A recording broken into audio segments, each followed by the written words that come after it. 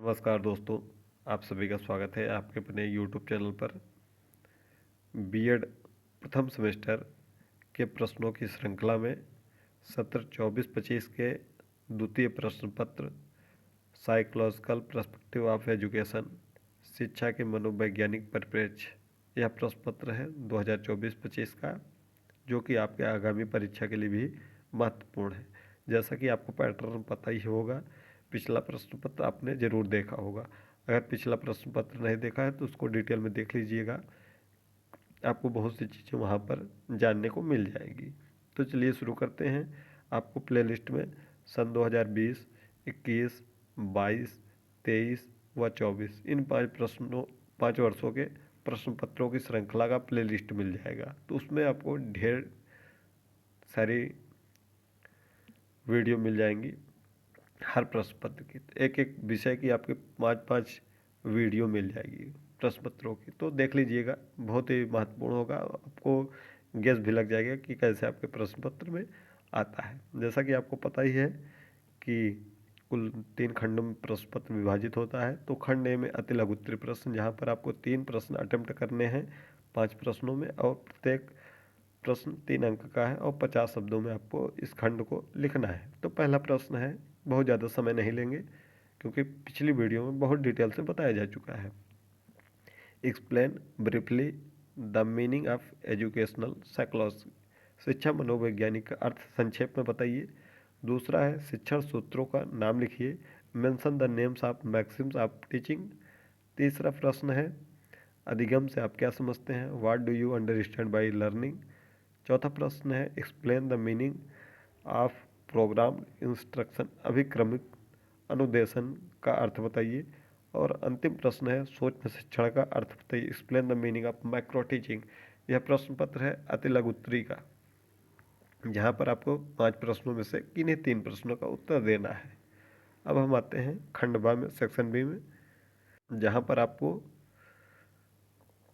लघु उत्तरीय प्रश्न देखने को मिलेंगे। इसमें आपको 7 प्रश्नों में से किन्हीं 4 प्रश्नों का उत्तर देना है, और प्रत्येक प्रश्न आपका 9 अंक का है, यानी कि यह खंड कुल आपका 36 अंकों का है।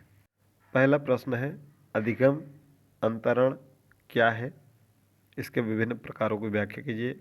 What is transfer of learning, explain different types of transfer of learning.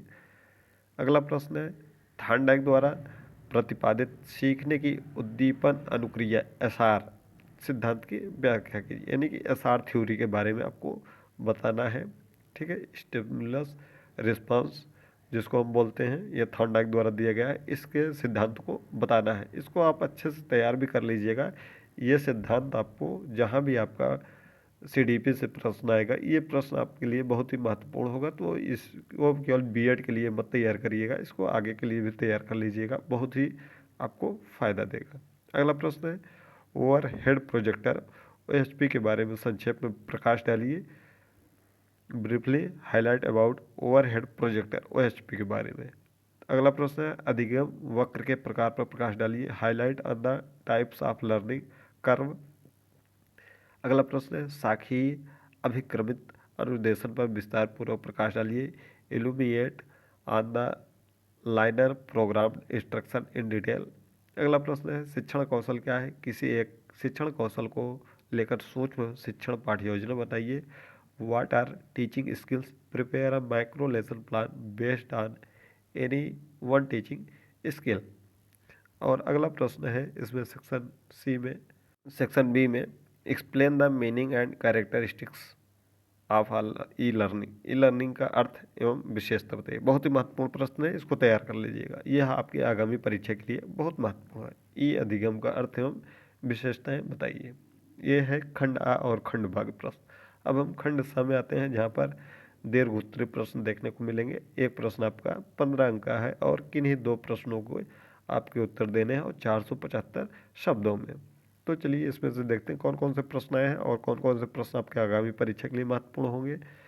Playlist आपकी डिस्क्रिप्शन बॉक्स में मिल जाएगी, जहां पर कॉपी कैसे लिखें वह वीडियो होगी, देख लीजिएगा। प्रैक्टिकल फाइल बीएड की जितनी हैं प्रैक्टिकल फाइल संबंधित उसकी प्लेलिस्ट है, उसको देख लीजिएगा। सत्र 2020, 21, 22, 23, 24 कुल 5 वर्षों के प्रश्न पत्र है उसको देख लीजिएगा, बहुत ही आपके लिए फायदेमंद होगा आपके आगामी एग्जाम के लिए। पहला प्रश्न है, अभिप्रेरणा से क्या अभिप्राय है? अभिप्रेरणा के घटकों का वर्णन कीजिए। What is the mean by motivation? Describe the components of motivation. अगला प्रश्न है, विभिन्न शिक्षण अधिगम परिस्थितियों में शिक्षक की भूमिका का सोदाहरण विवेचन कीजिए। Discuss the role of teacher in different teaching learning situations with the help of suitable examples.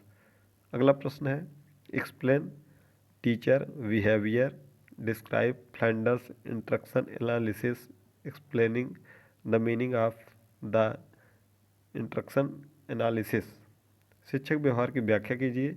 अंतःक्रिया विश्लेषण शब्द का अर्थ स्पष्ट करते हुए फ्लैंडर्स की अंतःक्रिया विश्लेषण प्रणाली का वर्णन कीजिए।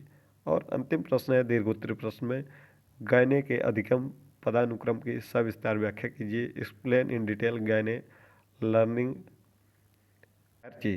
ठीक है, इसको अच्छे से तैयार कर लीजिएगा। यह प्रश्न पत्र है, सेकंड प्रश्न पत्र है बीएड का, फिलोसफिकल